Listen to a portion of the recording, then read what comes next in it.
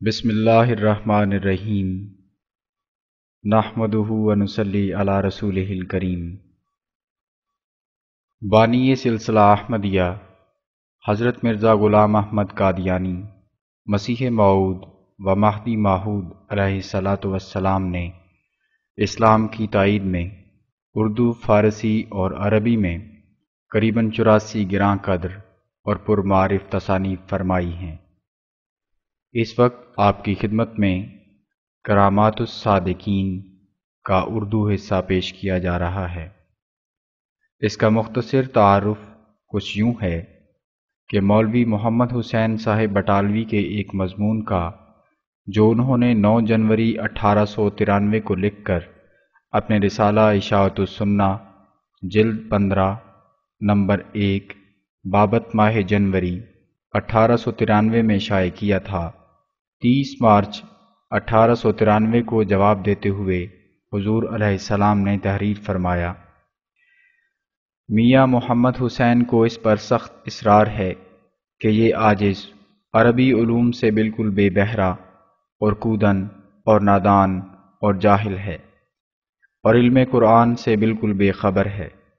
اور خدا تعالیٰ سے مدد پانے کے تو لائق ہی نہیں، کیونکہ کذاب اور دجال ہے، اور ساتھ اس کے ان کو اپنے کمال علم اور فضل کا بھی دعویٰ ہے۔ اس اشتہار میں آپ نے صدق و کذب جانچنے کے لیے یہ تجویز تحریر فرمائی کہ ایک مجلس میں بطور قرأ اندازی ایک صورت نکال کر اس کی فصیح زبان عربی اور مکفّہ عبارت میں تفسیر لکھی جائے، اور اس تفسیر میں ایسے حقائق اور معارف لکھے جائیں جو دوسری کتابوں میں نہ پائے جاتے ہوں۔ نیز اس کے آخر میں 100 شعر بلیغ اور فصیح عربی میں در نعت و مدح آن حضرت صلی اللہ علیہ وسلم بطور قصیدہ درج ہوں،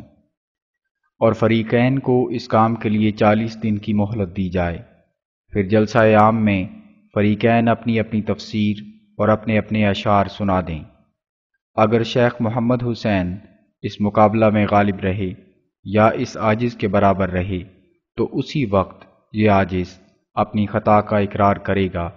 اور اپنی کتابیں جلا دے گا، لیکن اگر یہ عاجز غالب ہوا تو پھر میاں محمد حسین اسی مجلس میں کھڑے ہو کر ان الفاظ سے توبہ کرے۔ نیز آپ نے فرمایا کہ شیخ بٹالوی کو اختیار ہوگا کہ میاں شیخ الکل اور دوسرے تمام متکبر ملاؤں کو ساتھ ملا لے۔ اگر اس کا جواب 1 اپریل سے 2 ہفتہ کے اندر نہ آیا تو آپ کی گریز سمجھی جائے گی۔ اس کے جواب میں بٹالوی صاحب نے اشاعت السنہ جلد 15 نمبر 8 صفحہ 190-191 میں یہ لکھ کر کہ عربی زبان میں بالمقابل تفسیر نویسی کے لیے میں حاضر ہوں، حاضر ہوں، حاضر ہوں لکھ کر مقابلہ سے اپنی جان بچانے کے لیے وہ رقیق شرطیں لگائیں جن کا ذکر حضور علیہ السلام نے روحانی خزائن جلد حاضہ کے صفحہ 64 اور 65 پر کیا ہے، جن سے دانش مند سمجھ گئے کہ بٹالوی صاحب میدان مقابلہ سے گریز کر رہے ہیں۔ حضور علیہ الصلاۃ والسلام فرماتے ہیں کہ مجھے ان کے اس قسم کے تعصبات کو دیکھ کر پہلے تو دل میں یہ خیال آیا کہ اب ہمیشہ کے لیے ان سے اعراض کیا جائے، لیکن عوام کا یہ غلط خیال دور کرنے کے لیے کہ گویا میاں محمد حسین بطالوی یا دوسرے مخالف مولوی جو اس بزرگ کے ہم مشرب ہیں، علم ادب اور حقائق تفسیر کلام الہی میں ید طولہ رکھتے ہیں، قرین مصلحت سمجھا گیا کہ اب آخری دفعہ اتمام حجت کے طور پر بطالوی صاحب اور ان کے ہم مشرب دوسرے علماء کی عربی دانی اور حقائق شناسی کی حقیقت ظاہر کرنے کے لیے یہ رسالہ کرامات الصادقین شائع کیا جائے۔ یہ رسالہ 4 قصائد اور تفسیر سورہ فاتحہ پر مشتمل ہے، اور یہ قصائد صرف 1 ہفتہ کے اندر حضور علیہ السلام نے لکھے، اور وہ بھی اس وقت جب آپ آتم کے ساتھ مباحثہ سے فارغ ہو کر امرتسر میں مقیم تھے، مگر آپ نے بٹالوی صاحب اور ان کے ہم مشرب مخالفوں کے لیے محض اتمام حجت کی غرض سے پورے 1 ماہ کی مہلت دی اور فرمایا، اور اگر اس رسالہ کے مقابل پر میاں بطالوی یا کسی اور ان کے ہم مشرب نے سیدھی نیت سے اپنی طرف سے قصائد اور تفسیر سورہ فاتحہ تالیف کر کے بصورت رسالہ شائع کر دی، تو میں سچے دل سے وعدہ کرتا ہوں کہ اگر ثالثوں کی شہادت سے یہ ثابت ہو جاوے کہ ان کے قصائد اور ان کی تفسیر جو سورہ فاتحہ کے دقائق اور حقائق کے متعلق ہوگی، میرے قصائد اور میری تفسیر سے جو اس سورہ مبارکہ کی اسرار لطیفہ کے بارے میں ہے، ہر پہلو سے بڑھ کر ہے، تو میں 1000 روپیہ نقد ان میں سے ایسے شخص کو دوں گا جو روز اشاعت سے 1 ماہ کے اندر ایسے قصائد اور ایسی تفسیر بصورت رسالہ شائع کرے، اور نیز یہ بھی اقرار کرتا ہوں کہ بعد بالمقابل قصائد اور تفسیر شائع کرنے کے اگر ان کے قصائد اور ان کی تفسیر نحوی و صرفی اور علم بلاغت کی غلطیوں سے مبرہ نکلے اور میرے قصائد اور تفسیر سے بڑھ کر نکلے، تو پھر باوصف اپنے اس کمال کے اگر میرے قصائد اور تفسیر بالمقابل کے کوئی غلطی نکالیں گے تو فی غلطی 5 روپیہ انعام بھی دوں گا۔ تفسیر لکھنے کے وقت یہ یاد رہے کہ کسی دوسرے شخص کی تفسیر کی نقل منظور نہیں ہوگی، بلکہ وہی تفسیر لائق منظوری ہوگی جس میں حقائق و معارف جدیدہ ہوں، بشرطے کہ کتاب اللہ اور فرمودہ رسول اللہ صلی اللہ علیہ وسلم سے مخالف نہ ہوں۔ اس مقابلہ کے بارے میں حضور علیہ الصلاۃ والسلام نے کرامات الصادقین میں ہی یہ بھی تحریر فرمایا، ہم فراست ایمانیہ کے طور پر یہ پیشگوئی کر سکتے ہیں کہ شیخ صاحب اس طریقے مقابلہ کو بھی ہرگز قبول نہیں کریں گے اور اپنی پرانی عادت کے موافق ٹالنے کے لیے کوشش کریں گے، مگر اب شیخ صاحب کے لیے طریق آسان نکل آیا ہے، کیونکہ اس رسالے میں صرف شیخ صاحب ہی مخاطب نہیں بلکہ وہ تمام مکفر مولوی بھی مخاطب ہیں جو اس عاجز متبع اللہ اور رسول صلی اللہ علیہ وسلم کو دائرہ اسلام سے خارج خیال کرتے ہیں۔ سو لازم ہے کہ شیخ صاحب نے آزمندی کے ساتھ ان کی خدمت میں جائیں اور ان کے آگے ہاتھ جوڑیں اور روویں اور ان کے قدموں پر گریں، لیکن مشکل یہ ہے کہ اس عاجز کو شیخ جی اور ہر یک مکفر بد اندیش کی نسبت الہام ہو چکا ہے کہ انی مہین من اراد احانتکا، اس لیے یہ کوششیں شیخ جی کی ساری عبث ہوں گی، اور اگر کوئی مولوی شوخی اور چالاکی کی راہ سے شیخ صاحب کی حمایت کے لیے اٹھے گا تو منہ کے بل گرایا جائے گا۔ خدا تعالی ان متکبر مولویوں کا تکبر توڑے گا اور انہیں دکھلائے گا کہ وہ کیوں کر غریبوں کی حمایت کرتا ہے۔ اور ایسا ہی ہوا، نہ شیخ محمد حسین بٹالوی کو ہمت ہوئی اور نہ ہی دوسرے مکفرین کو کہ وہ اس رسالے کے مقابلہ پر رسالہ لکھ کر اپنی عربی اور قرآن دانی کا ثبوت دیتے۔ سامعین، اس وقت آپ کی خدمت میں کرامات الصادقین کا اردو حصہ پیش کیا جا رہا ہے۔ اس کتاب کے شروع کے 4 عربی صفحات صفحہ 41 تا صفحہ 44 تک آپ کی خدمت میں مکرم محمد اکرام صاحب پیش کریں گے۔ آئیے سماعت فرمائیں۔ کرامات الصادقین، روحانی خزائن، جلد نمبر 7۔ ٹائٹل بار اول۔ هذه رسالة مباركة المسماة کرامات الصادقین، ولمن يأتي برسالة مثلها فله إنعام 1000 من الورق غير مقلد كان أو من المقلدين، وإنها قد طبعت بفضل الله ورحمته في فنجاف پریس سیالکوٹ باہتمام المنشی غلام قادر الفسی مالک المطبع، والحمد لله رب العالمين۔ التنبيه: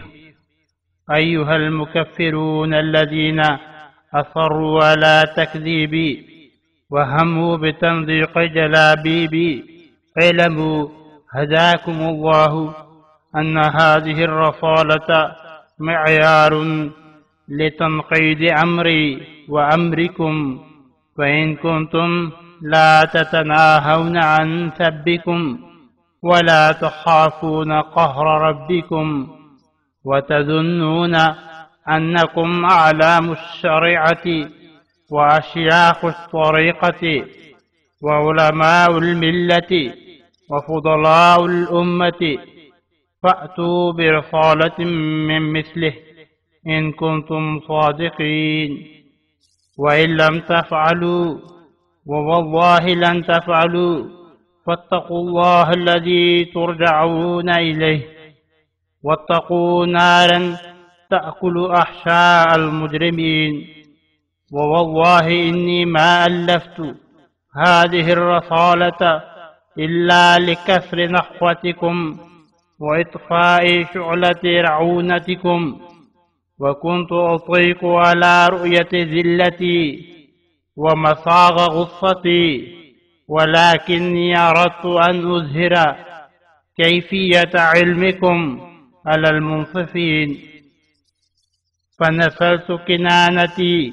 وقضيت من درر البيان لبانتي وإن ناوحتم وأتيتم بكلام من مثله فلكم الألف بل أزيد عليه 20 درهما للغالبين ووالله إني ما أرى فيكم إلا إجبال القرائح وإكداح الماتح والمائه وما أرى عندكم من ماء معين وعجبني أنكم مع كونكم خاوى الوفاض من المعارف الدينية تستكبرون ولا تستحيون ولا تنتهجون محجة المتقين وهو الذي بعثني لإلزامكم وإفهامكم لقد سألت الله أن يحكم بيني وبينكم ويوهن كيد الكاذبين وما عرضت عليكم درهما ودينارا إلا اختبارا فإن ناضلتموني تفسيرا ونظما فهو لكم حتما واعلموا أن الله يخزيكم ويري الخلق جهلكم ويريكم ما كنتم تكذبون وتستعلون مستكبرين وقد نظمت هذه القصائد بارتجال من غير انتحال في بلدة أمبرسر وكان ثم مشاهدي حزب من المسلمين ولكني أمهلكم إلى 2 شهرين من وقت إشاعة هذه الرسالة وأرقب ما تجيبون أتولون الدبر أو تكونون من الناضلين إن شيخ البطالة دعاني غضبانا فنهزت إليه عجلانا وقلت قم قم إني أتيت الآن ودانيته بالمصباح المتقد ولكني أعلم أنه من قوم عمين وهذه رسالة قد أودعت دقائق القرآن وضمخت بطيب العرفان وسيق إليه شرب من تسنيم الجنان وسفرت عن مراء وسيم وأرج نسيم وتراءت بوجه حسين لمعاتها أضرعت بالجمان وصليت القلوب بالنيران وهيجت البلابل في صدور المعاندين وكتبتها لئلا يبقى للجدال مطرح ولا للمراء مسرح وليتبين الحق وليستبين سبيل المجرمين وآخر دعوانا أن الحمد لله رب العالمين. 1000 روپیہ انعام کے وعدے پر رسالہ. بسم اللہ الرحمن الرحیم. الحمد للہ الذی لا تدركه الأبصار وهو يدرك الأبصار وتتبعد الأفكار عن فهم كنهه تباعد الليل من النهار الذي دعا الناس بالقرآن ورسوله المصطفى إلى مأدبة الجفلا من أهل الحضارة والفلاح، والصلاة والسلام على حبيبه محمد خاتم النبيين وفخر المرسلين، الذي جاء بالحجج والبراهين وأسعف الناس بحاجاتهم ويمم إصلاح العالمين. فكم من محلق إلى الهوى دخل في الروحانيين، وكم من ذي لسان سليط وغيظ مستشيط صار من المهذبين المطهرين. اللهم فصل على هذا الرسول النبي الأمي الذي فاق الرسل كلهم في كمالاته، وهذا كل فضيلة في سيره وصفاته، وألف بين قلوب أمم كانوا يداجون ولا يخلصون، وأصلح قوما كانوا يشركون ولا يوحدون، وطهر أناسا كانوا يفجرون ولا يتقون، وينيخون متايا نفوسهم ولا يسيرون في سبل الله ولا يتيقظون. وكان صلى الله عليه وسلم أميا لم يقرأ شيئا من علوم الدنيا والدين، وبلغ أشده في قوم أميين وعمين، ولم يرى صلى الله عليه وسلم وجه العالمين العارفين، بل لم يرم عن وجاره ولا ذعن عن علفه وجاره، ومع ذلك سبق العالمين والعالمين في عقله وعلومه وبركاته وفيوضه وأنواره، حتى غمرت مواهب هدايته المشارق والمغارب والأجانب والأقارب، وأطال كل ذي ذيل ذيله إلى بركاته، وامتدت أيدي الناس إلى إفاضاته وخيراته، وأرى الناس سبل السلام ونجاهم من المسالك الشاغرة وطرق الظلام، وطهرهم من شعب النفاق والشقاق والنزاع والمشاجرة وسير الليام، وبصر العيون وأحسن الظنون ونجى المسجون، حتى ألقى في روع الناس الاستسلام، وثبت جذبات كفرهم وثبت الأقدام، ونشطهم إلى الثبات والاستقامة، وأقام فأبصروا ورأوا سبلهم ومنازلهم، وتخيروا المناخ ووردوا الورد النقاح، وزكوا ومحصوا وطهروا حتى سموا خيار الناس، وخلصوا من كل نوع نعاس، وكملوا في العلم الباطني والخبر الروحاني، إلى أن أطرعوا بالمعارف الإكياس، وحصص فيهم نور ينير الناس، وبدلت شيمهم وقرائحهم، ونورت نفوسهم، ونشرت مدايحهم، واعتلقوا بالنبي الكريم اعتلاق الثمار بالأعواد، ولووا أعنتهم من طرق الفساد إلى مناهج السداد، حتى وصلوا منازل القرب والمحبة والوداد، وبلغوا وانتهوا إلى كمالات قدرها الله للعباد. فالحمد لله الذي هدى عباده بهذا الرسول النبي الأمي المبارك وأحيا به العالمين. أما بعد، واضح ہو کہ موافق اس سنت غیر متبدلہ کے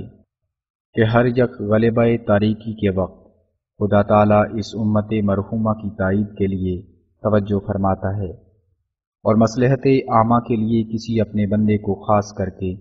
تجدید دین متین کے لیے معمور فرما دیتا ہے۔ یہ عاجز بھی اس صدی کے سر پر خدا تعالیٰ کی طرف سے مجدد کا خطاب پا کر مبعوث ہوا، اور جس نوع اور قسم کے فتنے دنیا میں پھیل رہے تھے ان کے رفع اور دفع اور قلع کما کے لیے وہ علوم اور وسائل اس عاجز کو عطا کیے گئے کہ جب تک خاص عنایت الہی ان کو عطا نہ کرے کسی کو حاصل نہیں ہو سکتے۔ مگر افسوس کہ جیسا قدیم سے ناتمام اور ناقص الفہم علماء کی عادت ہے کہ بعض اسرار اپنے فہم سے بالا تر پا کر منبع اسرار کو کافر ٹھہراتے رہے ہیں، اسی راہ پر اس زمانہ کے بعض مولوی صاحبوں نے بھی قدم مارا اور ہر چند نصوص قرآنیہ و حدیثیہ سے سمجھایا گیا، مگر ایک ذرہ بھی صدق کی روشنی ان کے دلوں پر نہ پڑی، بلکہ برعکس اس کے تکفیر اور تکذیب کے بارے میں وہ جوش دکھلایا کہ نہ صرف کافر کہنے پر کفایت کی بلکہ اکفر نام رکھا، اور ایک مومن اہل قبلہ کے خلود جہنم پر فتوے لکھے۔ اس عاجز نے بار بار خداوند کریم کی قسمیں کھا کر بلکہ مسجد میں جو خانہ خدا ہے بیٹھ کر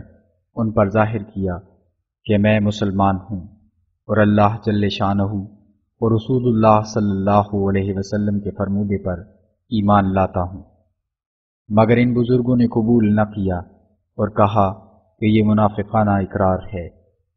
خاص کر ان میں سے جو میاں محمد حسین بطالوی ہیں،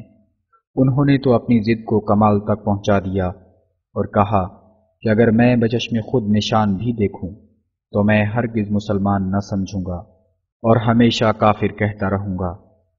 چنانچہ بعض نشان بھی ظاہر ہوئے، مگر حضرت بطالوی صاحب نے ان کا نام استدراج یا نجوم رکھا اور ہر ایک طور سے لوگوں کو دھوکے دیے۔ چنانچہ من جملہ ان دھوکوں کے ایک یہ بھی ہے کہ یہ شخص بالکل جاہل اور علوم عربیہ سے بالکل بے بہرہ ہے، اور مع ذالک دجال اور مفتری جو خدا تعالیٰ سے بھی کچھ مدد نہیں پا سکتا، اور اپنی عربی دانی کو بہت کر و فر سے بیان کیا تا اس وجہ سے اس کی عظمت دلوں میں جم جاوے، اور اس عاجز کو ایک جاہل اور امی اور علوم عربیہ سے بیگانہ اور ملعون اور مفتری قرار دے کر یہ چاہا کہ عوام پر تمام راہیں نیک ظنی کی بند ہو جائیں۔ لیکن عجیب قدرت خداوند تعالی ہے کہ اس امر میں بھی اس نے نہ چاہا کہ بطالوی صاحب اور ان کے ہم مشرب علماء کی کچھ عزت اور راستی ظاہر ہو۔ سو اگرچہ میں در حقیقت امیوں کی طرح ہوں، لیکن محض اس نے اپنے فضل سے علم ادب و دقائق و حقائق قرآن کریم میں میری وہ مدد کی کہ میرے پاس ایسے الفاظ نہیں ہیں کہ میں اس خداوند کا شکر ادا کر سکوں، اور مجھ کو بشارت دی کہ اگر میاں بطالوی یا کوئی دوسرا اس کا ہم مشرب مقابلہ پر آئے تو شکست فاش اٹھا کر سخت ذلیل ہوگا۔ اسی بنا پر میں نے اشتہار دیا کہ میاں بطالوی پر واجب ہے کہ میرے مقابل پر قرآن کریم کی ایک سورت کی تفسیر عربی فصیح بلیغ میں لکھے جو 10 جزو سے کم نہ ہو، اور نیز ایک قصیدہ نعت نبی کریم صلی اللہ علیہ وسلم میں پیش کرے جو 100 شعر ہو، اور ایسا ہی میرے پر واجب ہوگا کہ میں بھی اسی سورت کی تفسیر عربی فصیح بلیغ میں لکھوں، اور نیز 100 شعر کا قصیدہ بھی نعت حضرت صلی اللہ علیہ وسلم میں تیار کروں، اور پھر اگر اند المقابلہ والموازنہ میاں بٹالوی صاحب کی تفسیر اور ان کا قصیدہ میری تفسیر اور قصیدہ سے افصح اور ابلغ اور اتم اور اکمل ثابت ہوا تو میں اپنے دعوے سے توبہ کروں گا اور سمجھ لوں گا کہ خدا تعالیٰ نے بٹالوی صاحب کی تائید کی اور اپنی کتابیں جلا دوں گا، اور اگر میں غالب ہوا تو بٹالوی صاحب کو اقرار کرنا پڑے گا کہ وہ اپنے ان بیانات میں سراسر کاذب اور دروغ گو تھے، کہ یہ شخص مفتری اور دجال اور کافر اور ملعون ہے، اور نیز علوم عربیہ سے ایسا جاہل کہ ایک صیغہ بھی درست طور پر نہیں آتا، اور ساتھ اس کے میں نے یہ بھی لکھا تھا کہ اگر کوئی شخص ہم میں سے اس مقابلہ سے منہ پھیرے یا بے جا حجتوں اور حیلوں سے اس طریقے آزمائش کو ٹال دے تو اس پر خدا تعالیٰ کی 10 لعنتیں ہوں۔ مگر افسوس کہ بٹالوی صاحب نے ان لعنتوں کی کچھ بھی پرواہ نہیں کی، اور کئی عہد اور وعدے توڑ کر آخر حیلہ جوئی کے طور پر یہ جواب دیا کہ اول ہم آپ کی عربی تالیفوں کو آزمائش کی نظر سے دیکھیں گے کہ وہ سہو اور نسیان سے مبرہ ہیں یا نہیں، اور کوئی غلطی صرف اور نحو کی روح سے ان میں پائی جاتی ہے یا نہیں۔ اگر نہیں پائی جائے گی تو پھر بالمقابل تفسیر لکھنے اور 100 شعر کا قصیدہ بنانے میں کچھ عذر نہ ہوگا۔ مگر دانشمندوں نے سمجھ لیا کہ بطالوی صاحب نے اپنی جان بچانے کے لیے یہ حیلہ نکالا ہے، کیونکہ ان کو خوب معلوم ہے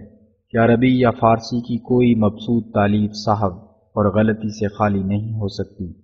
اور حیلہ جو کے لیے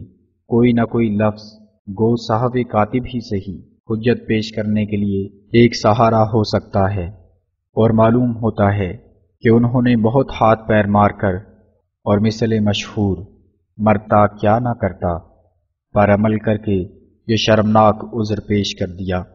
اور اپنے دل کو اس بازاری چال بازی سے خوش کر لیا کہ کسی ایک صاحب کاتب یا فرض کرو اتفاقاً کسی غلطی کے نکلنے سے یہ حجت ہاتھ آ جائے گی کہ اب غلطی تمہاری کسی کتاب میں نکل آئی، اس لیے اب بحث کی ضرورت نہیں رہی۔ لیکن افسوس کہ بطالوی صاحب نے یہ نہ سمجھا کہ نہ مجھے اور نہ کسی انسان کو بعد انبیاء علیہم السلام کے معصوم ہونے کا دعویٰ ہے۔ جو شخص عربی یا فارسی میں مبسوط کتابیں تالیف کرے گا، ممکن ہے کہ حسب مقولہ مشہورہ کلمہ سلم مکسار کے کوئی صرفی یا نحوی غلطی اس سے ہو جائے، اور بباعث خطائے نظر کے اس غلطی کی اصلاح نہ ہو سکے، اور یہ بھی ممکن ہے کہ صاحب کاتب سے کوئی غلطی چھپ جائے اور بباعث ظہول بشریت مؤلف کی اس پر نظر نہ پڑے، پھر اس یک طرفہ نکتہ چینی میں دونوں فریق کی علمی طاقتوں کا موازنہ کیوں کر ہو؟ غرض بطالوی صاحب کے ایسے بیہودہ جوابات سے یقینی طور پر معلوم ہو گیا کہ علم تفسیر اور علم ادب میں قسام حقیقی نے ان کو کچھ بھی حصہ نہیں دیا، اور بجز لعن و طعن اور چال بازی کی مشق کے اور کچھ بھی ان کے دل اور دماغ اور زبان کو لوازم انسانیت نہیں ملی۔ اسی وجہ سے اول مجھے ان کے اس قسم کے تعصبات کو دیکھ کر دل میں یہ خیال آیا تھا کہ اب ہمیشہ کے لیے ان سے اعراض کیا جائے، لیکن عوام کا یہ غلط خیال دور کرنے کے لیے کہ گویا میاں محمد حسین بطالوی یا دوسرے مخالف مولوی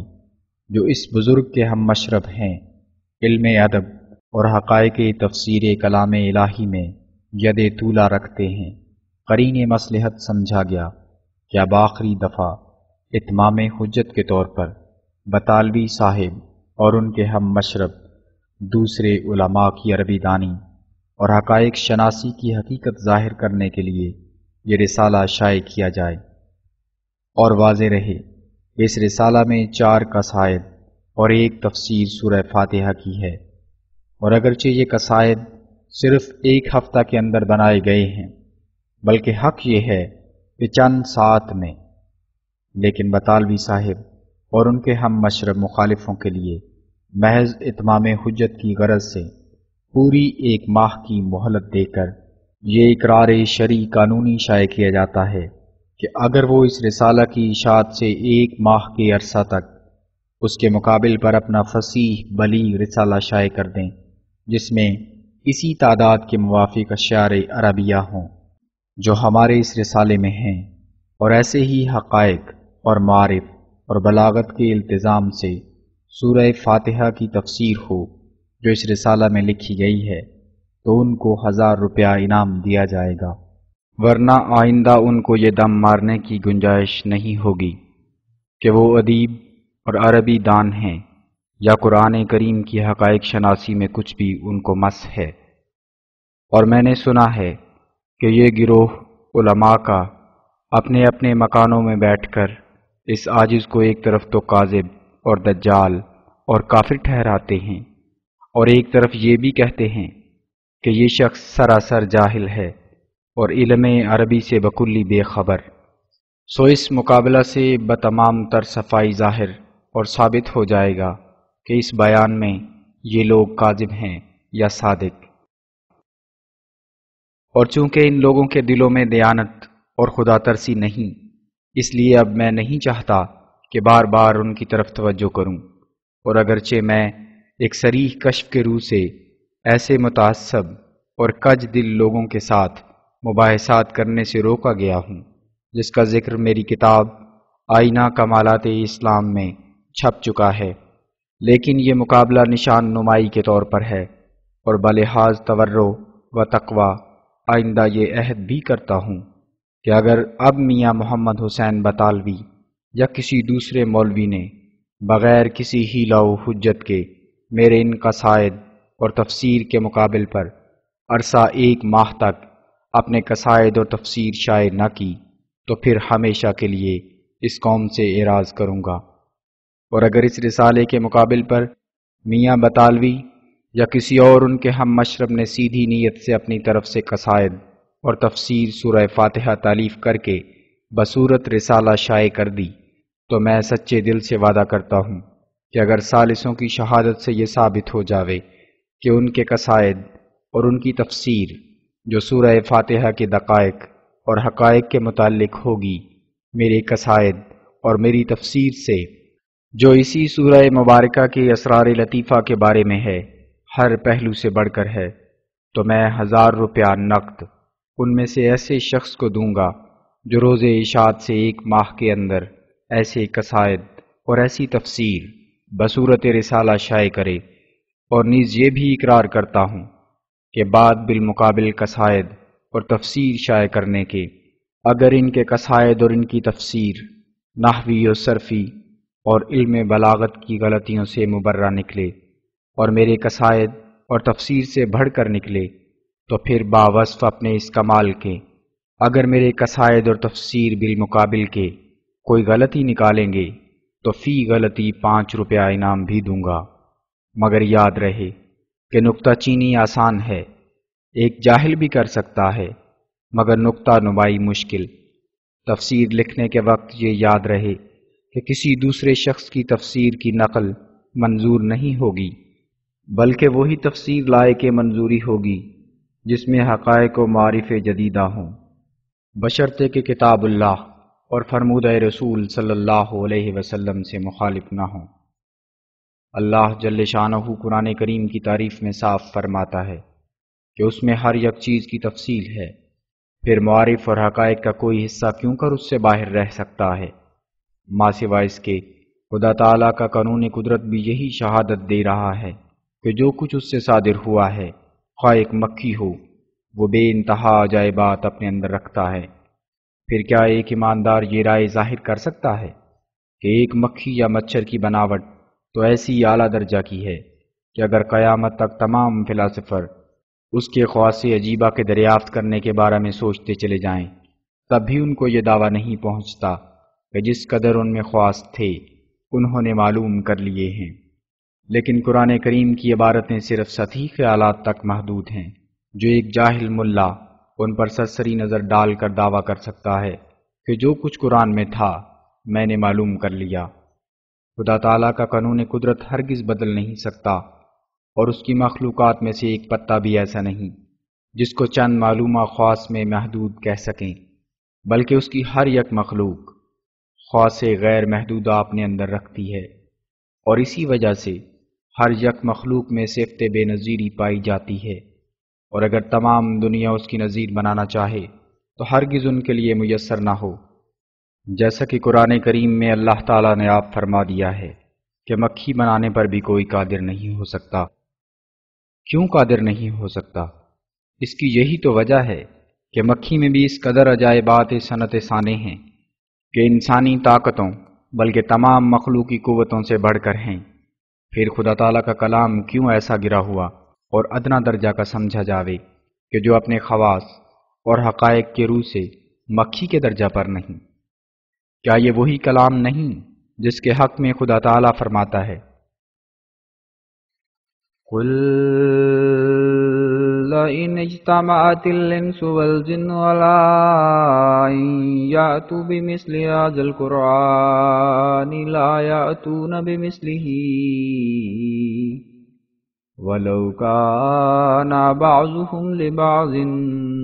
ظَهِيرًا۔ بنی اسرائیل 99۔ یعنی اگر جن و انس اس بات پر اتفاق کر لیں کہ اس قرآن کی نظیر بنائیں تو ہرگز بنا نہیں سکیں گے، اگرچہ وہ ایک دوسرے کی مدد بھی کریں۔ بعض نادان ملا اخذاہم اللہ کہا کرتے ہیں کہ یہ بے نظیری صرف بلاغت کے متعلق ہے، لیکن ایسے لوگ سخت جاہل اور دلوں کے اندھے ہیں۔ اس میں کیا کلام ہے کہ قرآن کریم اپنی بلاغت اور فصاحت کے روح سے بھی بے نظیر ہے، لیکن قرآن کریم کا یہ منشا نہیں ہے کہ اس کی بے نظیری صرف اسی وجہ سے ہے، بلکہ اس پاک کلام کا یہ منشا ہے کہ جن جن صفات سے وہ متصف کیا گیا ہے ان تمام صفات کے روح سے وہ بے نظیر ہے، مگر یہ حاجت نہیں کہ وہ تمام صفات جمع ہو کر بے نظیری پیدا ہو، بلکہ ہر یک صفت جداگانہ بے نظیری کی حد تک پہنچی ہوئی ہے۔ اب ضروری سمجھ کر قرآن کریم کی وہ صفات کاملہ جو اس پاک کلام میں مندرج ہیں، جن کی روح سے قرآن کریم بے نظیر کہلاتا ہے، بطور نمونہ کسی قدر ذیل میں لکھی جاتی ہیں، اور وہ یہ ہیں: الف لام را تلک آیات الکتاب الحکیم۔ سورہ یونس آیت 2۔ یہدی الی الحق و الی طریق مستقیم۔ الاحقاف 31۔ ان هو الا ذکر للعالمین لمن شاء منکم ان یستقیم۔ التکویر آیت 28 و 29۔ ما فرطنا فی الکتاب من شیء۔ الانعام آیت 39۔ هذا بصائر للناس وهدى ورحمة لقوم يوقنون۔ الجاثیہ 21۔ ولا اقسم بمواقع النجوم وإنه لقسم لو تعلمون عظیم۔ إنه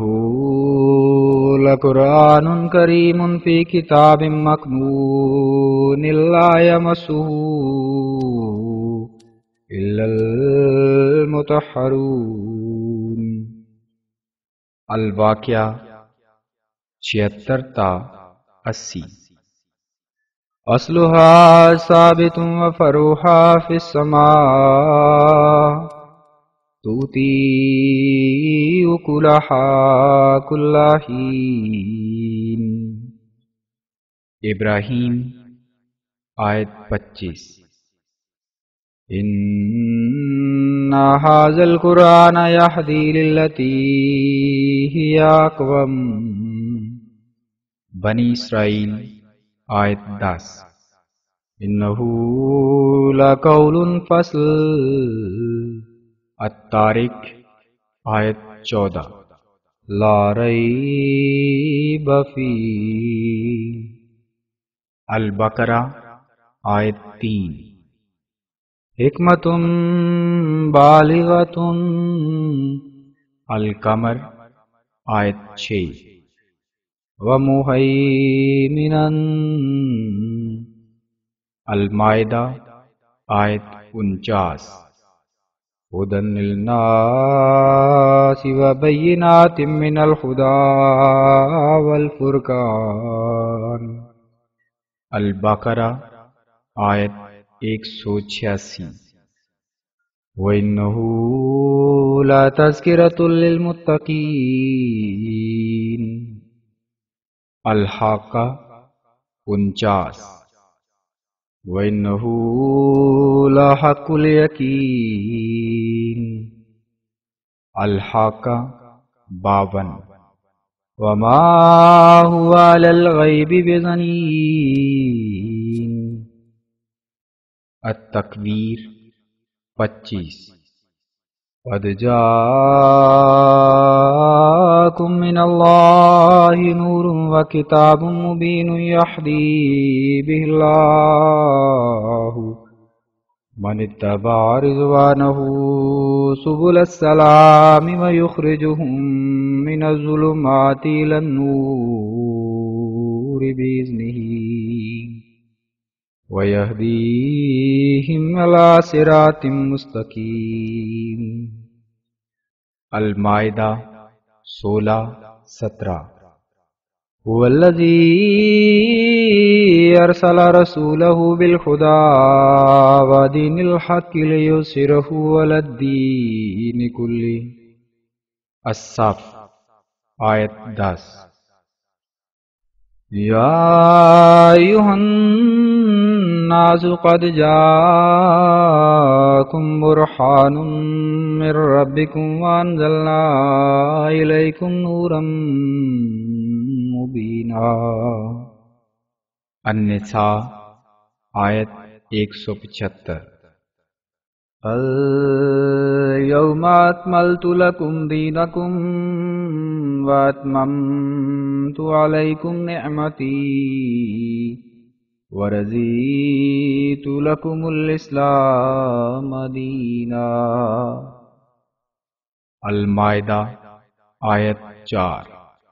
اللہ نزل احسن الحدیث کتابا متشابہا مثانیہ تقشعر منہ جلود الذین یخشون ربهم ثم تلین جلودهم وقلوبهم إلى ذکر اللہ ذالک ھدی اللہ یہدی بہ من یشاء۔ الزمر آیت 24۔ قل اللہ یہدی للحق۔ یونس آیت 36۔ اللہ الذی انزل الکتاب بالحق والمیزان۔ الشورى آیت 18۔ انزل من السماء ماء فسالت اودية بقدرها۔ الرعد آیت 18۔ وما انزلنا عليك الكتاب الا لتبين لهم الذي اختلفوا فيه۔ النحل آیت 65۔ والذی ينزل على عبده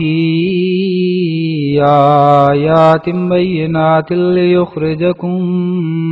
من الظلمات إلى النور۔ الحدید آیت 10۔ یا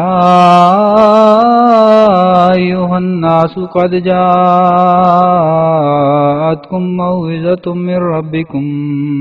وشفاء لما فی الصدور۔ یونس آیت 58۔ کتاب انزلناہ الیک مبارک لیدبروا آیاتہ ولیتذکر اولو الالباب۔ صاد آیت 30۔ وتنذر به قوم لدا مریم آیت 98۔ وَكُلَّ شَيْءٍ فَصَّلْنَاهُ تَفْصِيلًا۔ بنی اسرائیل آیت 13۔ وَبِالْحَقِّ أَنزَلْنَاهُ وَبِالْحَقِّ نَزَلَ۔ بنی اسرائیل آیت 106۔ وَإِنَّهُ لَكِتَابٌ عَزِيزٌ لَا يَأْتِيهِ الْبَاطِلُ مِنْ بَيْنِ يَدَيْهِ وَلَا مِنْ خَلْفِهِ۔ حامیم السجدہ آیت 42-43۔ جعلناه نورا نهدي به من نشاء من عبادنا۔ الشورى آیت 53۔ تبیانا لکل شیء۔ النحل آیت 90۔ روحا من امرنا۔ الشورى آیت 53۔ بلسان عربی مبین۔ الشعراء آیت 96۔ فیہا کتب قیمہ۔ البینہ آیت 4۔ قل إن اجتمعت الإنس والجن على أن يأتوا بمثل هذا القرآن لا يأتون بمثله ولو كان بعضهم لبعض ظهيرا۔ بنی اسرائیل آیت 99۔ خلاصہ ترجمہ ان تمام آیات کا یہ ہے کہ قرآن حکیم ہے، یعنی حکمت سے بھرا ہوا ہے، راہ راست کی تمام منازل طے کرا دیتا ہے، اور ذکر للعالمین ہے، یعنی ہر ایک قسم کی فطرت کو اس کے کمالات مطلوبہ یاد دلاتا ہے، اور ہر یک رتبہ کا آدمی اس سے فائدہ اٹھاتا ہے۔ جیسے ایک عامی ویسا ہی ایک فلسفی۔ یہ اس شخص کے لیے اترا ہے جو انسانی استقامت کو اپنے اندر حاصل کرنا چاہتا ہے، یعنی انسانی درخت کی جس قدر شاخیں ہیں، یہ کلام ان سب شاخوں کا پرورش کرنے والا اور حد اعتدال پر لانے والا ہے، اور انسانی قوا کے ہر یک پہلو پر اپنی تربیت کا اثر ڈالتا ہے۔ کوئی صداقت اس سے باہر نہیں۔ اس کی تعلیمیں بصیرت بخشتی ہیں اور ایمان لانے والوں کو وہ راہ دکھاتی ہیں جس سے ایمان قوی ہوتا ہے، اور رحمانیت اور رحیمیت الہی ان کے شامل حال ہو جاتی ہے، جس سے وہ ایمان سے عرفان کے درجہ تک پہنچتے ہیں۔ اور پھر اللہ تعالیٰ فرماتا ہے کہ میں مواقع النجوم کی قسم کھاتا ہوں، اور یہ بڑی قسم ہے اگر تمہیں علم ہو، اور قسم اس بات پر ہے کہ یہ قرآن عظیم الشان کتاب ہے، اور اس کی تعلیمات سنت اللہ کے مخالف نہیں، بلکہ اس کی تمام تعلیمات کتاب مکنون یعنی صحیفہ فطرت میں لکھی ہوئی ہیں، اور اس کے دقائق کو وہی لوگ معلوم کرتے ہیں جو پاک کیے گئے ہیں۔ اس جگہ اللہ جل شانہ نے مواقع النجوم کی قسم کھا کر اس طرف اشارہ کیا کہ جیسے ستارے نہایت بلندی کی وجہ سے نقطوں کی طرح نظر آتے ہیں، مگر وہ اصل میں نقطوں کی طرح نہیں بلکہ بہت بڑے ہیں، ایسا ہی قرآن کریم اپنی نہایت بلندی اور علو شان کی وجہ سے کم نظروں کے آنکھوں سے مخفی ہے، اور جن کی غبار دور ہو جاوے وہ ان کو دیکھتے ہیں۔ اور اس آیت میں اللہ جل شانہ نے قرآن کریم کے دقائق عالیہ کی طرف بھی اشارہ فرمایا ہے، جو خدا تعالیٰ کے خاص بندوں سے مخصوص ہیں، جن کو خدا تعالیٰ اپنے ہاتھ سے پاک کرتا ہے۔ اور یہ اعتراض نہیں ہو سکتا کہ اگر علم قرآن مخصوص بندوں سے خاص کیا گیا ہے تو دوسروں سے نافرمانی کی حالت میں کیوں کر مواخذہ ہوگا، کیونکہ قرآن کریم کی وہ تعلیم جو مدار ایمان ہے وہ عام فہم ہے، جس کو ایک کافر بھی سمجھ سکتا ہے، اور ایسی نہیں ہے کہ کسی پڑھنے والے سے مخفی رہ سکے۔ اور اگر وہ عام فہم نہ ہوتی تو کارخانہ تبلیغ ناقص رہ جاتا، مگر حقائق معارف چونکہ مدار ایمان نہیں صرف زیادت عرفان کے موجب ہیں، اس لیے صرف خواص کو اس کوچہ میں رہ دیا، کیونکہ وہ دراصل مواہب اور روحانی نعمتیں ہیں جو ایمان کے بعد کامل الایمان لوگوں کو ملا کرتی ہیں۔ پھر بعد اس کے فرمایا کہ کلمات قرآن کے اس درخت کی مانند ہیں جس کی جڑ ثابت ہو اور شاخیں اس کی آسمان میں ہوں، اور وہ ہمیشہ اپنے وقت پر اپنا پھل دیتا ہے، یعنی انسان کی سلیم فطرت اس کو قبول کرتی ہے۔ اور آسمان میں شاخوں کے ہونے سے یہ مراد ہے کہ بڑے بڑے معارف پر مشتمل ہے جو قانون قدرت کے موافق ہیں، اور ہمیشہ پھل دینے سے یہ مراد ہے کہ دائمی طور پر روحانی تاثیرات اپنے اندر رکھتا ہے۔ اور پھر فرمایا کہ یہ قرآن اس سیدھی راہ کی ہدایت دیتا ہے جس میں ذرا کجی نہیں، اور انسانی سرشت سے بالکل مطابقت رکھتی ہے۔ اور در حقیقت قرآن کی خوبیوں میں سے یہ ایک بڑی خوبی ہے کہ وہ ایک کامل دائرے کی طرح بنی آدم کی تمام قوا پر محیط ہو رہا ہے، اور آیت موصوفہ میں سیدھی راہ سے وہی راہ مراد ہے کہ جو راہ انسان کی فطرت سے نہایت نزدیک ہے، یعنی جن کمالات کے لیے انسان پیدا کیا گیا ہے ان تمام کمالات کی راہ اس کو دکھلا دینا، اور وہ راہیں اس کے لیے میسر اور آسان کر دینا جن کے حصول کے لیے اس کی فطرت میں استعداد رکھی گئی ہے۔ اور لفظ اقوم سے آیت یہدی للتی ہے یا اقواموں بنی اسرائیل 10 میں یہی راستی مراد ہے۔ پھر بعد اس کے فرمایا کہ قرآن کریم تمام جھگڑوں کا فیصلہ کرتا ہے، اور یہ قول بھی اس بات کی طرف اشارہ ہے کہ اس میں تمام اقسام حکمت الہی کے موجود ہیں، کیونکہ جو کتاب خود ناقص اور بعض معارف سے خالی ہو وہ عام طور پر الہیات کے مفتیوں اور مصیبوں کے لیے قاضی اور حکم نہیں ٹھہر سکتی، بلکہ اسی وقت حکم ٹھہرے گی کہ جب جامع جمیع علوم حکمیہ ہوگی۔ اور پھر فرمایا کہ یہ قرآن تمام شکوک سے پاک ہے اور اس کی تعلیمات میں شک اور شبہ کو راہ نہیں، یعنی علوم یقینیہ سے پر ہے۔ اور پھر فرمایا کہ یہ قرآن وہ حکمت ہے جو اپنے کمال کو پہنچی ہوئی ہے اور تمام الہی کتابوں پر حاوی ہے، اور تمام معارف دینیہ کا اس میں بیان موجود ہے۔ وہ ہدایت کرتا ہے اور ہدایت پر دلائل لاتا ہے، اور پھر حق کو باطل سے جدا کر کے دکھلا دیتا ہے، اور وہ پرہیزگاروں کو ان کی نیک استعدادیں جو ان میں موجود ہیں یاد دلا دیتا ہے، اور اس کی تعلیم یقین کے مرتبہ پر ہے، اور وہ غیب گوئی میں بخیل نہیں ہے، یعنی اس میں امور غیبیہ بہت بھرے ہوئے ہیں۔ اور پھر صرف اتنا نہیں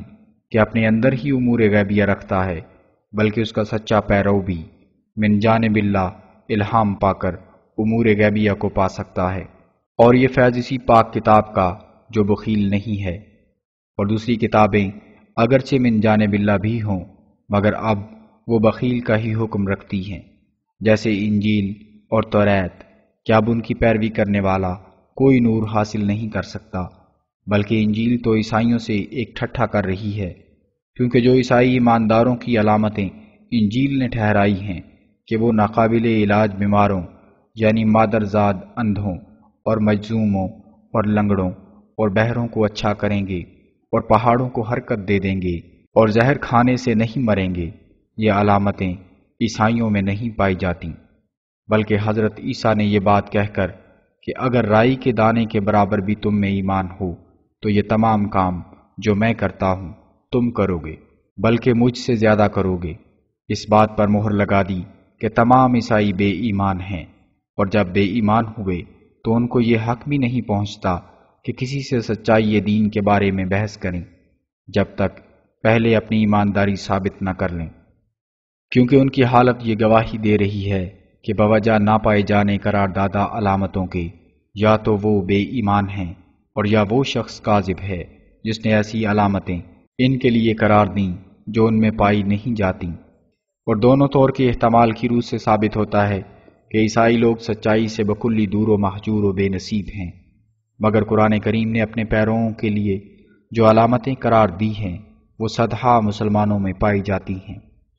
جس سے ثابت ہو گیا کہ قرآن کریم خدا تعالیٰ کا برحق کلام ہے لیکن اگر عیسائیوں کو ایماندار مان لیا جاوے تو ساتھ ہی ماننا پڑے گا کہ انجیل موجودہ کسی ایسے شخص کا کلام ہے کہ جو جھوٹی پیشگوئیوں کے سہارے سے اپنے گروہ کو قائم رکھنا چاہتا ہے۔ مگر یاد رہے کہ اس تقریر سے حضرت مسیح علیہ السلام پر ہمارا کوئی حملہ نہیں، کیونکہ ہم جانتے ہیں کہ اگر یہ باتیں حضرت مسیح کی طرف سے ہیں تو انہوں نے ایمانداروں کی یہ نشانیاں لکھ دیں۔ پھر اگر کوئی ایمانداری کو چھوڑ دے تو حضرت مسیح کا کیا قصور؟ بلکہ حضرت مسیح نے ان علامات کے لباس میں عیسائیوں کے بے ایمان ہو جانے کے زمانے کی ایک پیشگوئی کر دی ہے، یعنی یہ کہہ دیا ہے کہ جب اے عیسائیوں تمہارے پر ایسا زمانہ آوے کہ تم میں یہ علامتیں نہ پائی جاویں تو سمجھو کہ تم بے ایمان ہو گئے، اور ایک رائی کے دانے کے برابر بھی تم میں ایمان نہ رہا۔ اس میں شک نہیں کہ ہمارے نبی کریم صلی اللہ علیہ وسلم کے ظہور سے پہلے عیسائیوں کے بعض خاص افراد میں یہ علامتیں پائی جاتی تھیں اور خوارق ان سے ظہور میں آتے تھے، لیکن حضرت صلی اللہ علیہ وسلم کے زمانہ بعثت میں جب وہ لوگ بابائس نہ قبول کرنے اس آفتاب صداقت کے بے ایمان ہو گئے اور ایک رائی کے دانے کے برابر بھی ایمان نہ رہا، تب عموماً بے ایمانی کی علامتیں ان میں ظاہر ہو گئیں۔ مسلمانوں کو لازم ہے کہ جب تک عیسائی احکام التورات والانجیل کا اپنے تئیں مصداق ثابت نہ کریں، یعنی ایمانداری کی علامتیں نہ دکھلائیں، تب تک بار بار ان سے یہی مواخذہ کریں کہ وہ ان علامات قرار دادہ انجیل کے روح سے اپنا ایماندار ہونا ہمیں دکھلا دیں۔ ان سے یہ پوچھنا چاہیے کہ تم کس دین کی طرف بلاتے ہو؟ آیا اس انجیلی دین کی طرف جس کے قبول کرنے والوں کی یہ علامتیں لکھی ہیں کہ روح القدس ان کو ملتی ہے اور ایسے ایسے خوارق وہ دکھاتے ہیں؟ اگر وہی دین ہے تو بہت خوب، وہ علامتیں دکھلاؤ، اور اول اپنے تئیں ایک ایماندار عیسائی ثابت کرو، اور پھر اس روشن اور مدلل ایمان کی طرف دوسروں کو بلاؤ، اور جب کہ اس ایمان کی علامتیں ہی موجود نہیں تو نجات جس کا ملنا اسی ایمان پر مبنی ہے اسی طرح باطل ہوگی جیسا کہ تمہارا ایمان باطل ہے۔ اور جھوٹے ایمان کا ثمرہ سچی نجات نہیں ہو سکتی، بلکہ جھوٹی نجات ثمرہ ہوگی جو جہنم سے بچا نہیں سکتی۔ غرض کوئی عیسائی بحیثیت عیسائی ہونے کے بحث کرنے کا حق نہیں رکھتا جب تک انجیلی نشانیوں کے ساتھ اپنے تئیں سچا عیسائی ثابت نہ کرے۔ وَأَنَّا لَهُمْ ذَلِكَ۔ پھر ہم بقیہ آیات کا ترجمہ کر کے لکھتے ہیں کہ خدا تعالیٰ فرماتا ہے کہ یہ قرآن اور رسول ایک نور ہے جو تمہاری طرف آیا، یہ کتاب ہر یک حقیقت کو بیان کرنے والی ہے۔ خدا اس کے ساتھ ان لوگوں کو سلامتی کی راہ دکھلاتا ہے جو خدا تعالیٰ کی مرضی کی پیروی کرتے ہیں، اور وہ ان کو ظلمات سے نور کی طرف نکالتا ہے اور سیدھی راہ جو اس تک پہنچتی ہے ان کو دکھلاتا ہے۔ وہی خدا ہے جس نے اپنے رسول کو اس ہدایت اور دین حق کے ساتھ بھیجا ہے تا اس دین کو تمام دینوں پر غالب کرے۔ اے لوگو، قرآن ایک برہان ہے جو خدا تعالیٰ کی طرف سے تم کو ملی ہے، اور ایک کھلا کھلا نور ہے جو تمہاری طرف اتارا گیا ہے۔ آج تمہارے لیے دین کامل کیا گیا اور تم پر سب نعمتیں پوری کی گئیں، اور میری رضامندی اس میں محدود ہو گئی کہ تم دین اسلام پر قائم ہو جاؤ۔ خدا نے نہایت کامل اور پسندیدہ کلام تمہاری طرف اتارا۔ اس کتاب میں یہ خاصیت ہے کہ یہ کتاب متشابہ ہے، یعنی اس کی تعلیمات نہ باہم اختلاف رکھتی ہیں اور نہ خدا تعالیٰ کے قانون قدرت کے منافی ہیں، بلکہ جو کمال انسان کے لیے اس کی فطرت اور اس کے قوا کے لحاظ سے ضروری ہے، اسی کمال کے مناسب حال اس کتاب کی تعلیم ہے، اور یہ صفت توریت اور انجیل کی تعلیم میں نہیں پائی جاتی۔ توریت میں حد سے زیادہ سختی اور انتقام پر زور ڈالا گیا ہے، اور وہ سختی متی اور نافرمان اور دوست اور دشمن دونوں کے حق میں ایسے طور سے تجویز کی گئی ہے جس سے معلوم ہوتا ہے کہ توریت کی تعلیم کو خاص قوم اور خاص زمانہ کے لحاظ سے یہ مجبوری پیش آ گئی تھی کہ سیدھے اور عام قانون قدرت کے موافق توریت کے احکام ان قوموں کو کچھ بھی فائدہ نہیں پہنچا سکتے تھے۔ اسی لحاظ سے توریت نے اندرونی طور پر یعنی اپنی قوم کے ساتھ یہ سختی کی کہ انتقامی احکام پر زور ڈال دیا، اور عفو اور درگزر گویا یہودیوں کے لیے حرام کی طرح ہو گئے، اور دانت کے عوض اپنے بھائی کا دانت نکال ڈالنا داخل ثواب سمجھا گیا، اور حقوق اللہ میں بھی بہت سخت اور گویا فوق الطاقت تکلیفیں جن سے معیشت اور تمدن میں حرج ہو رکھی گئیں۔ ایسا ہی بیرونی احکام توریت کے بھی زیادہ سخت تھے، جن کی روح سے مخالفوں اور نافرمانوں کے دیہات اور شہر پھونکے گئے، اور کئی لاکھ بچے قتل کیے گئے، اور بوڑھوں اور اندھوں اور لنگڑوں اور ضعیف عورتوں کو بھی تہہ تیگ کیا گیا،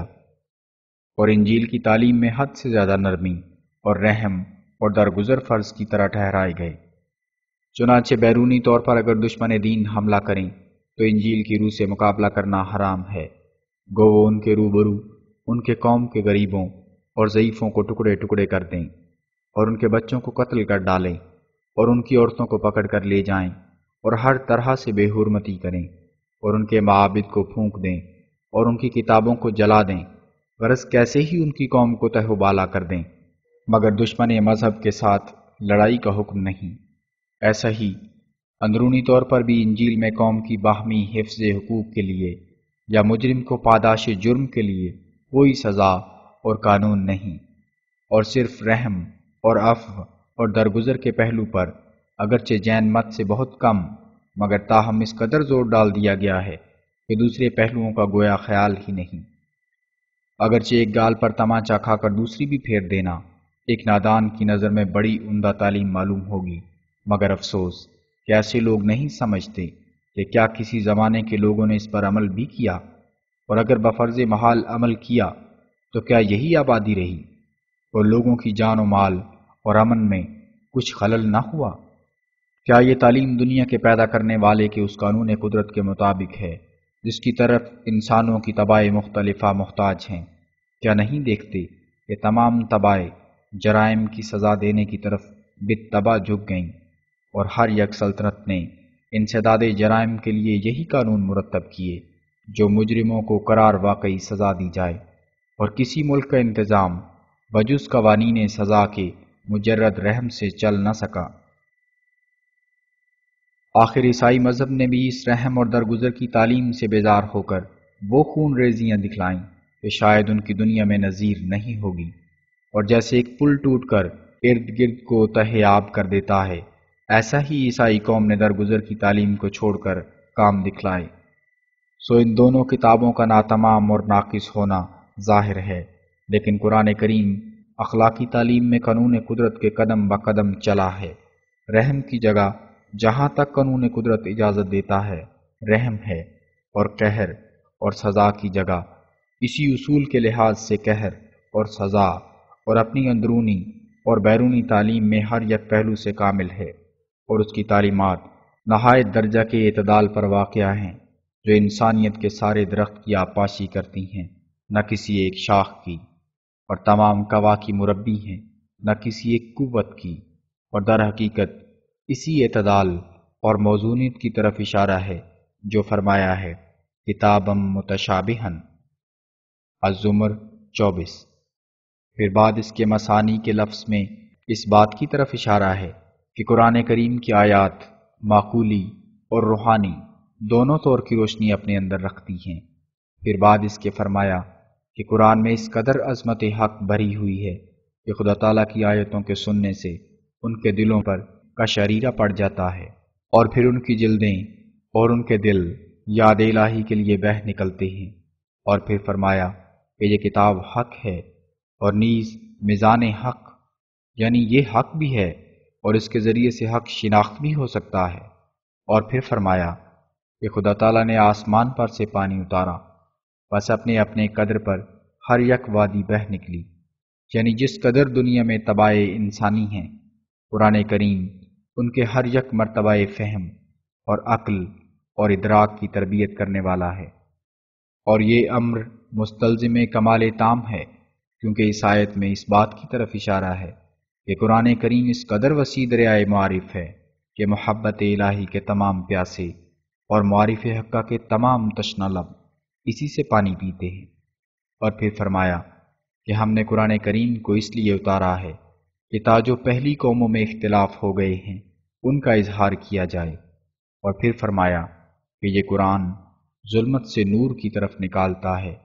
اور اس میں تمام بیماریوں کی شفا ہے اور طرح طرح کی برکتیں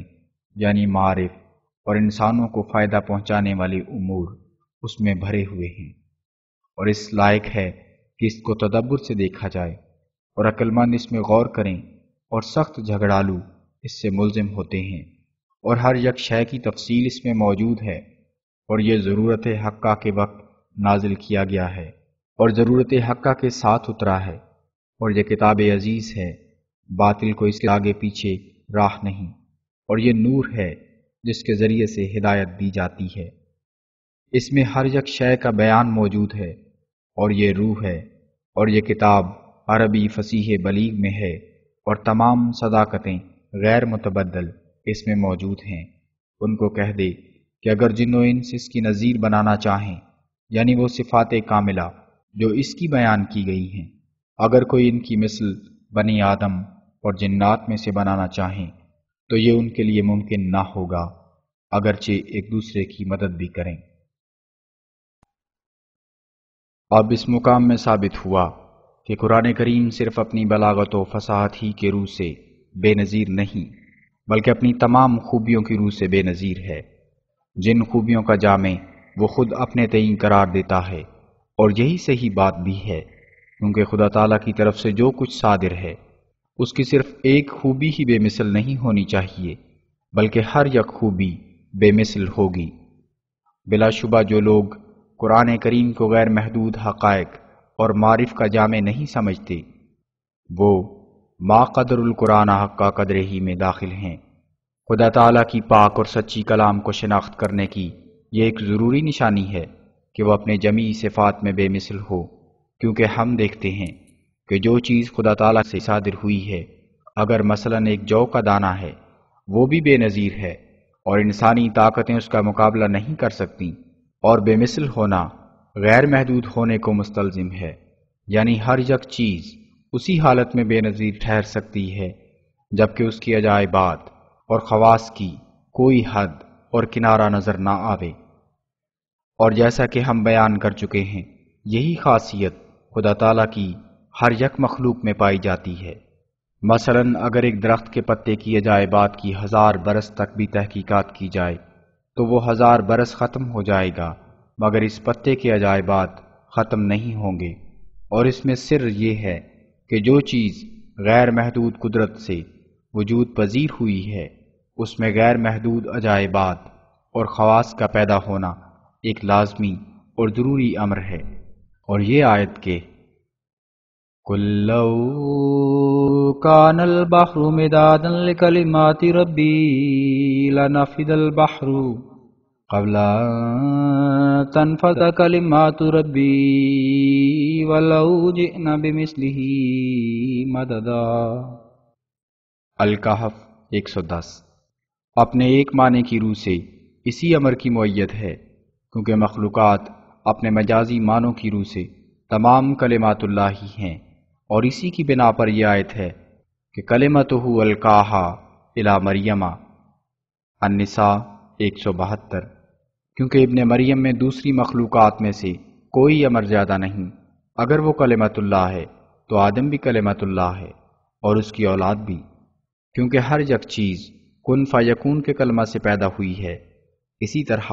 مخلوقات کی صفات اور خواص بھی کلمات ربی ہیں، یعنی مجازی معنوں کی روح سے، کیونکہ وہ تمام کلمہ کن فیکون سے نکلے ہیں۔ سو ان معنوں کے روح سے اس آیت کا یہی مطلب ہوا کہ خواص مخلوقات بے حد اور بے نہایت ہیں، اور جبکہ ہر یک چیز اور ہر یک مخلوق کے خواص بے حد اور بے نہایت ہیں، اور ہر یک چیز غیر محدود عجائبات پر مشتمل ہے، تو پھر کیوں کر قرآن کریم جو خدا تعالیٰ کا پاک کلام ہے صرف ان چند معانی میں محدود ہوگا کہ جو 40-50 یا مثلاً 1000 جز کی کسی تفسیر میں لکھے ہوں، یا جس قدر ہمارے سید و مولا نبی صلی اللہ علیہ وسلم نے ایک زمانہ محدود میں بیان کیے ہوں؟ نہیں، بلکہ ایسا کلمہ منہ پر لانا میرے نزدیک قریب قریب کفر کے ہے۔ اگر عمدن اس پر اصرار کیا جائے تو اندیشہ کفر ہے۔ یہ سچ ہے کہ جو کچھ نبی صلی اللہ علیہ وسلم نے قرآن کریم کے معنی بیان فرمائے ہیں وہی صحیح اور حق ہیں، مگر یہ ہرگز سچ نہیں کہ جو کچھ قرآن کریم کے معرف حضرت صلی اللہ علیہ وسلم نے بیان فرمائے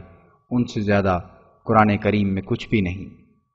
یہ اقوال ہمارے مخالفوں کے صاف دلالت کر رہے ہیں کہ وہ قرآن کریم کی غیر محدودہ عظمتوں اور خوبیوں پر ایمان نہیں لاتے، اور ان کا یہ کہنا کہ قرآن کریم ایسوں کے لیے اترا ہے جو امی تھے اور بھی اس امر کو ثابت کرتا ہے کہ وہ قرآن شناسی کی بصیرت سے بکلی بے بہرہ ہیں۔ وہ نہیں سمجھتے کہ ہمارے نبی صلی اللہ علیہ وسلم محض امیوں کے لیے نہیں بھیجے گئے، بلکہ ہر یک رتبہ اور طبقہ کے انسان ان کی امت میں داخل ہیں۔ اللہ جل شانہ فرماتا ہے، قُلْ يَا أَيُّهَا النَّاسُ إِنِّي رَسُولُ اللَّهِ إِلَيْكُمْ جَمِيعًا، الاعراف 159۔ پس اس آیت سے ثابت ہے کہ قرآن کریم ہر یک استعداد کی تکمیل کے لیے نازل ہوا ہے، اور در حقیقت آیت وَلَٰكِن رَسُولَ اللَّهِ وَخَاتَمَ النَّبِيِّينَ الاحزاب 41 میں بھی اسی کی طرف اشارہ ہے۔ پس یہ خیال کہ گویا جو کچھ حضرت صلی اللہ علیہ وسلم نے قرآن کریم کے بارے میں بیان فرمایا اس سے بڑھ کر ممکن نہیں، بدیہی البطلان ہے۔ ہم نہایت قطعی اور یقینی دلائل سے ثابت کر چکے ہیں کہ خدا تعالیٰ کی کلام کے لیے ضروری ہے کہ اس کے عجائبات غیر محدود اور نیز بے مثل ہوں۔ اور اگر یہ اعتراض ہو کہ اگر قرآن کریم میں ایسے عجائبات اور خواص مخفیہ تھے تو پہلوں کا کیا گناہ تھا کہ ان کو ان اسرار سے محروم رکھا گیا، تو اس کا جواب یہ ہے کہ وہ بکلی اسرار قرآنی سے محروم تو نہیں رہے، بلکہ جس قدر معلومات عرفانیہ خدا تعالیٰ کے ارادے میں ان کے لیے بہتر تھے وہ ان کو عطا کیے گئے، اور جس قدر اس زمانہ کی ضرورتوں کے موافق اس زمانہ میں اسرار ظاہر ہونے ضروری تھے وہ اس زمانہ میں ظاہر کیے گئے۔ مگر وہ باتیں جو مدار ایمان ہیں اور جن کے قبول کرنے اور جاننے سے ایک شخص مسلمان کہلا سکتا ہے، وہ ہر زمانہ میں برابر طور پر شائع ہوتی نہیں۔ میں متعجب ہوں کہ ان ناقص الفہم مولویوں نے کہاں سے اور کس سے سن لیا کہ خدا تعالیٰ پر یہ حق واجب ہے کہ جو کچھ آئندہ زمانہ میں بعض آلاء و نوما حضرت باری عزا اسمہ ظاہر ہوں، پہلے زمانے میں بھی ان کا ظہور ثابت ہو، بلکہ اس بات کے ماننے کے بغیر کسی صحیح الحواس کو کچھ بن نہیں پڑتا کہ بعض نومائے الہی پچھلے زمانے میں ایسے ظاہر ہوتے ہیں کہ پہلے زمانہ میں ان کا اثر اور وجود نہیں پایا جاتا۔ دیکھو جس قدر صدہا نباتات جدیدہ کے خواص اب دریافت ہوئے ہیں، یا جس قدر انسانوں کے آرام کے لیے طرح طرح کے صناعات اور سواریاں اور سہولت معیشت کی باتیں اب نکلی ہیں، پہلے ان کا کہاں وجود تھا؟ اور اگر یہ کہا جائے کہ ایسے حقائق دقائق قرآنی کا نمونہ کہاں ہے جو پہلے دریافت نہیں کیے گئے، تو اس کا جواب یہ ہے کہ اس رسالے کے آخر میں جو سورۃ فاتحہ کی تفسیر ہے، اس کے پڑھنے سے تمہیں معلوم ہوگا کہ اس قسم کے حقائق اور معارف مخفیہ قرآن کریم میں موجود ہیں جو ہر یک زمانہ میں اس زمانہ کی ضرورتوں کے موافق ہیں۔ بالآخر یہ بھی یاد رہے کہ یہ قصائد اور یہ تفسیر کسی غرض خود نمائی اور خود ستائی سے نہیں لکھی گئی، بلکہ محض اس غرض سے کہ تامیہ بطالوی اور ان کے ہم خیال لوگوں کی نسبت منصف لوگوں پر یہ ظاہر ہو کہ وہ اپنے اس اصرار میں کہ یہ عاجز مفتری اور دجال اور ساتھ اس کے بالکل علم ادب سے بے بہرہ اور قرآن کریم کے حقائق و معارف سے بے نصیب ہے، اور وہ لوگ بڑے اعلیٰ درجے کے عالم فاضل ہیں، کس قدر کاذب اور دروغ گو اور دین اور دیانت سے دور ہیں۔ اگر میاں بطالوی اپنے ان بیانات اور ہذیانات میں جو اس نے اس عاجز کے نادان اور جاہل اور مفتری ہونے کے بارے میں اپنے اشاعت و سنہ میں شائع کیے ہیں دیانتدار اور راست گو ہے، تو کچھ شک نہیں کہ اب بلا حجت و حیلہ ان قصائد اور تفسیر کے مقابلہ پر اپنی طرف سے اسی قدر اور تعداد اشعار کے لحاظ سے 4 قصیدے نبی کریم صلی اللہ علیہ وسلم کی تعریف میں اور نیز سورہ فاتحہ کی تفسیر بھی شائع کرے گا، تاسیہ روئے شود ہر کے دروغش باشد۔ اور ایسا ہی وہ تمام مولوی جن کے سر میں تکبر کا کیڑا ہے اور جو اس عاجز کو باوجود بار بار اظہار ایمان کے کافر اور مرتد خیال کرتے ہیں اور اپنے تئیں کچھ چیز سمجھتے ہیں، اس مقابلہ کے لیے مدعو ہیں، چاہے وہ دہلی میں رہتے ہوں جیسا کہ میاں شیخ الکل، اور یا لکھوکے میں جیسا کہ میاں محی الدین بن مولوی محمد صاحب، اور یا لاہور میں یا کسی اور شہر میں رہتے ہوں، اور اب ان کی شرم اور حیا کا تقاضا یہی ہے کہ مقابلہ کریں اور 1000 روپیہ لیویں۔ ان کو اختیار ہے کہ بالمقابل جوہر علمی دکھلانے کے وقت ہماری غلطیاں نکالیں، ہماری صرف و نحو کی آزمائش کریں اور ایسا ہی اپنی بھی آزمائش کرا دیں، لیکن یہ بات بے حیائی میں داخل ہے کہ بغیر اس کے جو ہمارے مقابل پر اپنا بھی جوہر دکھلاویں، یک طرفہ طور پر استاد بن بیٹھیں۔ اس جگہ یہ بھی یاد رہے کہ شیخ بطالوی نے جس قدر اس عاجز کی بعض عربی عبارات سے غلطیاں نکالی ہیں، اگر ان سے کچھ ثابت ہوتا تو بس یہی کہ اب اس شیخ کی خیرگی اور بے حیائی اس درجے تک پہنچ گئی ہے کہ صحیح اس کی نظر میں غلط اور فصیح اس کی نظر میں غیر فصیح دکھائی دیتا ہے، اور معلوم نہیں کہ یہ نادان شیخ کہاں تک اپنی پردہ دری کرانا چاہتا ہے اور کیا کیا ذلتیں اس کے نصیب میں ہیں۔ بعض اہل علم ادیب اس کی یہ باتیں سن کر اور اس قسم کی نکتہ چینیوں پر اطلاع پا کر اس پر روتے ہیں کہ یہ شخص کیوں اس قدر جوہل مرکب کے دلدل میں پھنسا ہوا ہے۔ میں نے پہلے بھی لکھ دیا ہے اور اب پھر ناظرین کی اطلاع کے لیے لکھتا ہوں کہ اگر میاں بطالوی نے میرے ان قصائد اربعہ اور تفسیر سورہ فاتحہ کا مقابلہ کر دکھلایا اور منصفوں کی رائے میں وہ قصائد اور وہ تفسیر ان کی صرفی، نحوی اور بلاغت کی غلطیوں سے مبرہ نکلی، تو میں ہر یک غلطی کی نسبت جو ان قصائد اور تفسیر میں پائی جائے یا میری کسی پہلی عربی تالیف میں پائی گئی ہو، 5 روپیہ فی غلطی شیخ بطالوی کی نظر کروں گا۔ اور میں ناظرین کو یقین دلاتا ہوں کہ شیخ بطالوی علم عربیت سے بکلی بے نصیب ہے۔ غلطیوں کا نکالنا ان لوگوں کا کام ہوتا ہے جو کلام جدید اور قدیم عرب پر نظر محیط رکھتے ہوں اور محاورہ اور عدم محاورہ پر ان کو اطلاع ہو، اور ہزارہا اشعار عرب کے ان کی نگاہ کے سامنے ہوں اور تتبع اور استقراء کا ملکہ ان کو حاصل ہو، مگر یہ بیچارہ شیخ جس نے اردو نویسی میں ریش سفید کی ہے، علم ادب اور بلاغت فصاحت کو کیا جانے۔ کبھی کسی نے دیکھا یا سنا کہ کوئی 200-400 شعر عربی میں اس بزرگ نے نظم کر کے شائع کیے ہوں، اور مجھے تو ہرگز اس قدر بھی امید نہیں کہ ایک شعر بلیغ و فصیح بھی بنا سکتا ہو یا ایک سطر لوازم میں بلاغت و فصاحت کے ساتھ عربی میں لکھ سکتا ہو۔ ہاں، اردو خوان ضرور ہے۔ ناظرین غور سے دیکھیں کہ اس بزرگ کی عربیت کی حقیقت کھولنے کے لیے اس عاجز نے پہلے اس سے اپنے اشتہار میں لکھا تھا کہ شیخ مذکور میرے مقابل پر ایک تفسیر کسی سورت قرآن کریم کی بلیغ و فصیح عبارت میں لکھے، اور نیز 100 شعر کا ایک قصیدہ بھی میرے مقابل پر بیٹھ کر تحریر کرے۔ اگر شیخ مذکور کو عربیت میں کچھ بھی دخل ہوتا تو وہ بڑی خوشی سے میرے مقابلہ میں آتا اور پہلو بہ پہلو بیٹھ کر اپنی عربی دانی کی لیاقت دکھلاتا، لیکن اس کے اشاعت السنہ نمبر 8 جلد 15 کو صفحہ 190 سے 192 تک بغور پڑھنا چاہیے کہ کیوں کر اس نے رقیق شرطوں سے اپنا پیچھا چھڑایا ہے۔ چنانچہ ان صفحات میں لکھا ہے کہ اس مقابلہ سے پہلے کتاب دافع الوساوس کی عربی عبارت کی غلطیاں ثابت کریں گے، اور نیز کتاب فتح اسلام اور توضیح مرام کے کلمات کفر و الحاد پیش کریں گے، اور نیز ان 85 سوالات کا جواب طلب کریں گے جو مرزا احمد بیگ ہوشیار پوری کی موت کی نسبت مراسلت نمبر 20 مورخہ 9 جنوری 1893 میں ہم لکھ چکے ہیں،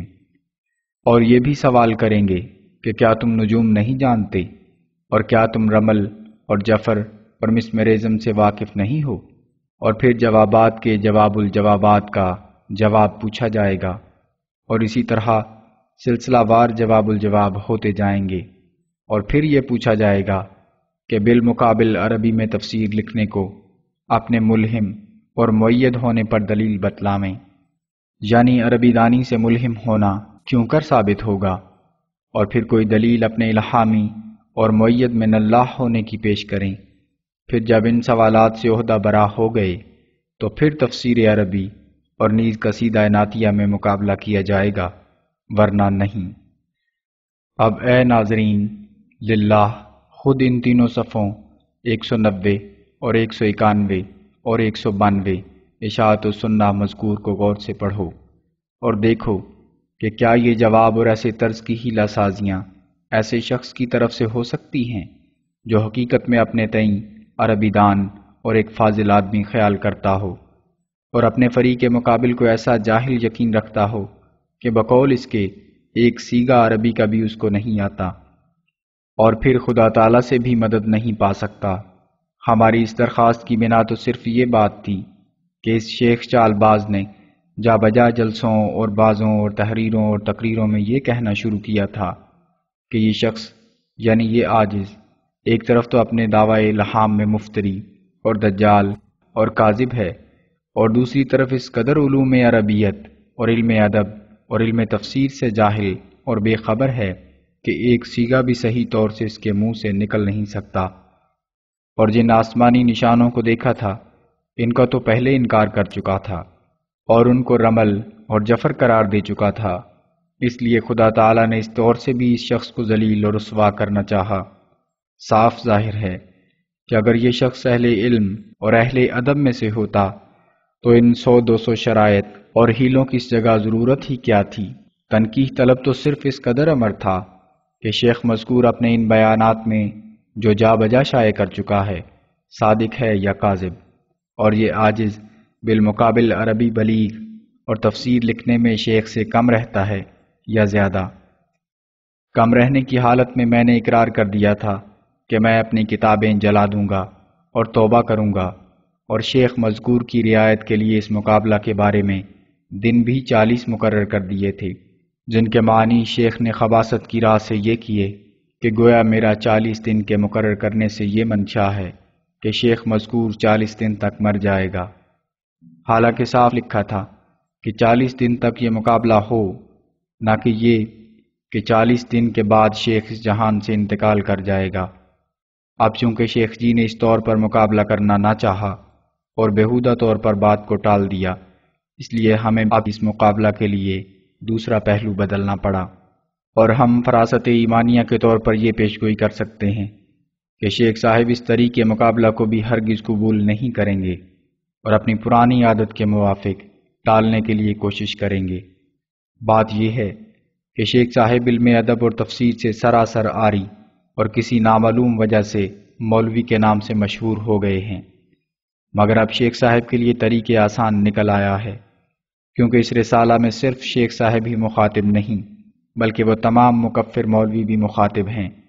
جو اس عاجز متبع اللہ اور رسول کو دائرہ اسلام سے خارج خیال کرتے ہیں۔ سو لازم ہے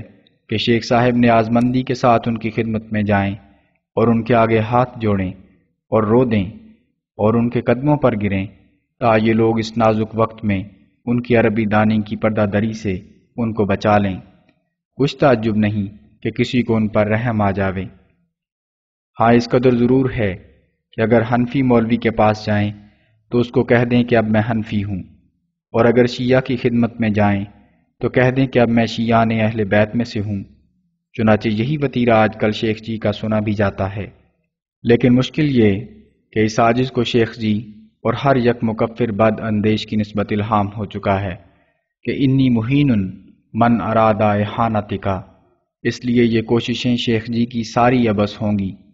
اور اگر کوئی مولوی شوخی اور چالاکی کی راہ سے شیخ صاحب کی حمایت کے لیے اٹھے گا تو منہ کے بل گرایا جائے گا۔ خدا تعالیٰ ان متکبر مولویوں کا تکبر توڑے گا اور انہیں دکھلائے گا کہ وہ کیوں کر غریبوں کی حمایت کرتا ہے اور شریروں کو جلتی ہوئی آگ میں ڈالتا ہے۔ شریر انسان کہتا ہے کہ میں اپنے مکروں اور چالاکیوں سے غالب آ جاؤں گا اور میں راستی کو اپنے منصوبوں سے مٹا دوں گا، اور خدا تعالیٰ کی قدرت اور طاقت اسے کہتی ہے کہ اے شریر، میرے سامنے اور میرے مقابل پر منصوبہ باندھنا تجھے کس نے سکھایا؟ کیا تو وہی نہیں جو ایک ذلیل قطرہ رحم میں تھا؟ کیا تجھے اختیار ہے جو میری باتوں کو ٹال دے؟ بالآخر پھر میں عامہ ناس پر ظاہر کرتا ہوں کہ مجھے اللہ جل شانہ کی قسم کہ میں کافر نہیں، لا الہ الا اللہ محمد الرسول اللہ میرا عقیدہ ہے، اور لاکر رسول اللہ و خاتم النبیین الاحزاب 71 پر حضرت صلی اللہ علیہ وسلم کی نسبت میرا ایمان ہے۔ میں اپنے اس بیان کی صحت پر اس قدر قسمیں کھاتا ہوں جس قدر خدا تعالیٰ کے پاک نام ہیں، اور جس قدر قرآن کریم کے حرف ہیں، اور جس قدر حضرت صلی اللہ علیہ وسلم کے خدا تعالیٰ کے نزدیک کمالات ہیں۔ کوئی عقیدہ میرا اللہ اور رسول کے فرمودہ کے برخلاف نہیں، اور جو کوئی ایسا خیال کرتا ہے خود اس کی غلط فہمی ہے، اور جو شخص مجھے اب بھی کافر سمجھتا ہے اور تکفیر سے باز نہیں آتا، وہ یقیناً یاد رکھے کہ مرنے کے بعد اس سے پوچھا جائے گا۔ میں اللہ جل شانہ کی قسم کھا کر کہتا ہوں کہ میرا خدا اور رسول پر وہ یقین ہے کہ اگر اس زمانے کے تمام ایمانوں کو ترازو کے ایک پلہ میں رکھا جائے اور میرا ایمان دوسرے پلہ میں، تو بفضل ہی تعالی یہی پلہ بھاری ہوگا۔ سامعین، اس سے آگے صفحہ 68 تا صفحہ 163